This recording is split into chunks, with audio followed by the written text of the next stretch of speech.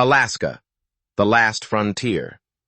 A land of extremes, where jagged coastlines meet turquoise glacial waters and towering Sitka spruce forests stretch endlessly toward the sky. Here, the survival of the forest depends entirely on the treasures hidden beneath the sea. What unfolds across this vast wilderness is a biological masterpiece. An ancient partnership between a furry sentinel, a golden forest beneath the waves, and a fish that carries the ocean's lifeblood deep into the heart of the mountains. This is not simply a story about nature. It is a story about connection, about how every living thread in this ecosystem pulls on another, and how the fate of an entire continent's lungs rests on the shoulders of creatures most people will never see. Every otter that hunts, every urchin consumed, every strand of kelp that reaches toward the surface, each is a quiet act of planetary defense. It is a small, almost playful act. But beneath the surface, this moment is the difference between an underwater jungle and a barren wasteland. Without the sea otter, Alaska's kelp forests would simply cease to exist. Sea urchins, left unchecked, consume every trace of kelp along the ocean floor, creating what scientists call urchin barrens, lifeless, rocky deserts where nothing grows and nothing thrives.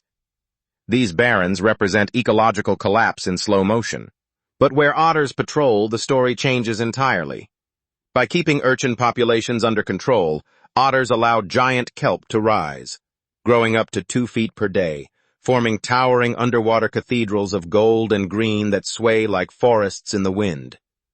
The science behind this is known as a trophic cascade, a chain reaction triggered from the top of the food chain downward. Remove the salmon, and the forest quietly begins to starve. Every year, millions of wild salmon leave the deep Pacific and begin one of nature's most extraordinary journeys, fighting upstream through rushing rapids, leaping over waterfalls, driven by an instinct older than memory.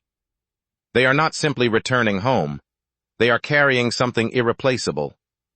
Deep within their bodies, salmon store phosphorus and nitrogen, rare nutrients forged in the chemistry of the open ocean.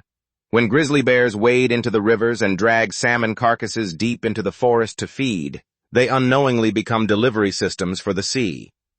The remains left on the forest floor decompose slowly, releasing marine-derived nitrogen directly into the soil. Scientists have traced a specific isotope, nitrogen-15, from the ocean, through the salmon, through the bear, and into the growth rings of ancient Sitka spruce trees standing hundreds of feet tall. What Alaska's wilderness performs naturally, its people have learned to honor and sustain. Native Alaskan communities and local fisheries have practiced sustainable harvesting for thousands of years, reading the rhythms of the ocean with a precision no instrument can fully replicate. Today, Alaska's wild salmon fisheries and emerging kelp farming operations supply the rest of the United States with some of the most nutritious food available. High-quality fish oils, mineral-rich kelp fertilizers, and wild-caught protein harvested without destroying the systems that produce it. This is the blue economy at its most honest.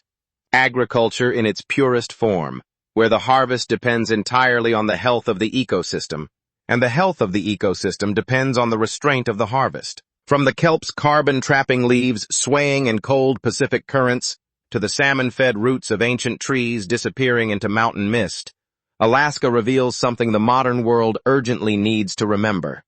Everything is connected. When we protect the otter, we protect the kelp. When we protect the salmon, we feed the forest. And when we protect the forest, we protect the very air we breathe. Alaska is not simply a state on a map. It is a heartbeat, steady, ancient, and essential for the entire world.